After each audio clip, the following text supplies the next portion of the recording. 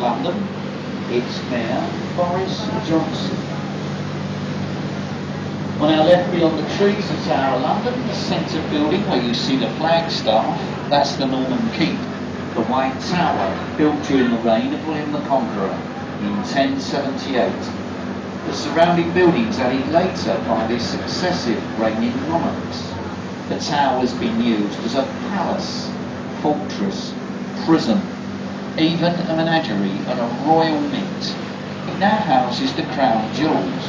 Look along the river wall, you'll see entry to Traitors' Gate. Traitors to the crown were taken through the once open entrance, where they were beheaded on Tower Hill or imprisoned for life in the tower itself. This was known as London's first one-way street. Traitors' Gate now bricked up to stop the Thames from flooding the moat. Traitors' Gate, Tower of London. We're about to go beneath Tower Bridge, designed by Sir John Barry, completed in 1894. The centre parts of the bascules weigh 1,100 tonnes each, but can be raised in 90 seconds to allow large vessels in and out of the upper pool. It's the bridge often referred to as the gateway to London. From Tower Bridge we leave the city astern. The district to our left is Wapping, the first building, the Tower Hotel, and next to it the lock entrance to St Catherine's Dock, one of the oldest, certainly the smallest, of all the enclosed dock systems on the river. St Catherine's Dock, no longer used by commercial shipping, has been converted into a yacht haven.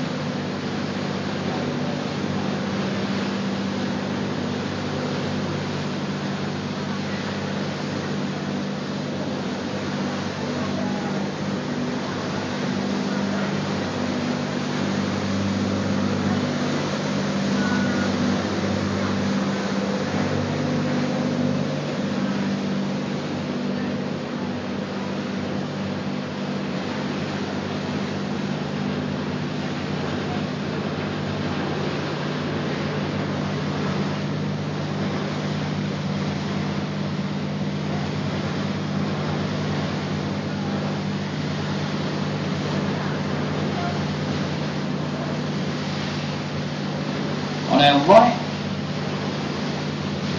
the district is Bermondsey. Just by Butler's Wharf, you'll see a creekway.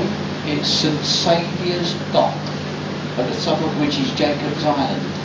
It's here Charles Dickens wrote in his book Oliver Twist, the scene of the death of Bill Sykes. And it's here that Fagin kept his band of fallen thieves. The area to our right was used for location scenes for the film, the musical Oliver. St Saviour's Dock, Bermondsey on our right. Also to our right, an old warehouse with the 2 rows of 4 glass balconies was featured in the John Cleese film A Fish Called Wanda. It's where he got hung out the apartment window in the Altogether. You're taking a video. Yeah, so you take pictures now.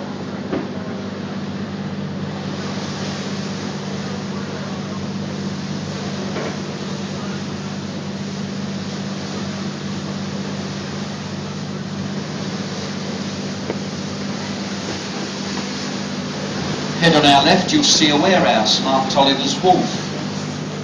This was an old tea warehouse, but it was the first one to be converted into luxury riverside apartments.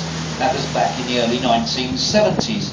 It's now very fashionable and expensive to live in these old East End Dockland areas of London.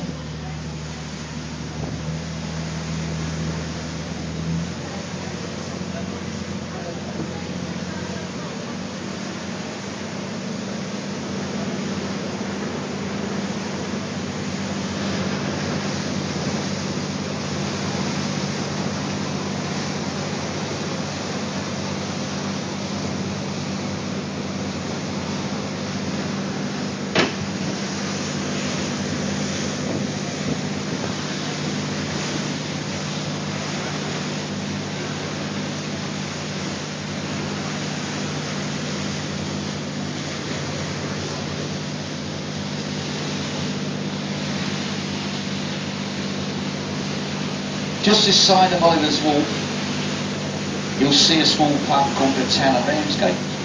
In the same opening, you'll see wapping old stairs. It's down these old waterman's stairs, all convicted pirates and smugglers were led. They had their last tower run in the Town of Ramsgate. They were led down wapping old stairs and along this foreshore when the tide was fully out. They were led along to Execution Dock, where they were hung in chains and not pronounced dead until 3 tides had passed over their bodies.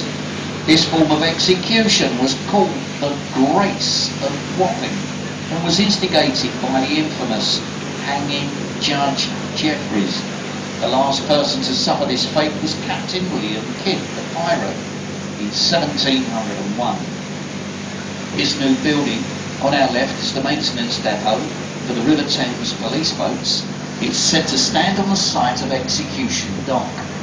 When his sentences were being carried out, Judge Jeffreys was rowed across the river to that pub you see on our right called the Angel. He used to sit on the veranda of our tavern, drinking his pint of ale, watching the men drown on the opposite shore.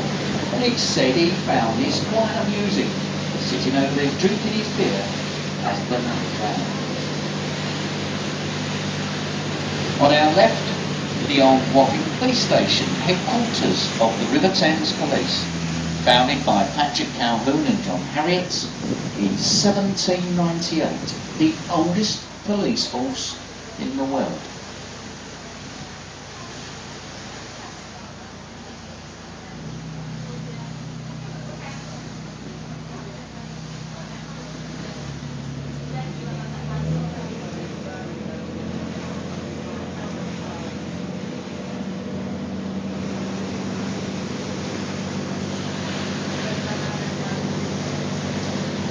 On our right is St Mary's Church in Rotherhithe. Buried in the graveyard of the church is Captain Christopher Jones, who was the master of the Mayflower, the ship that took the first Pilgrim Fathers over to America. Keeping your attention to the right, tucked between the warehouses, you'll shortly see another old pub. You'll notice it's named after the old sailing ship. Captain Christopher Jones and his crew were local Rotherhithe men. They set sail in the Mayflower from this point of the Thames, then round to Plymouth, then on to the New World for the Pilgrim Fathers. On the roof of the pub you see a weather vane, a model of the old ship. This was the only pub in Great Britain licensed to sell British and American postage stamps. It had a post office license. Did you get that?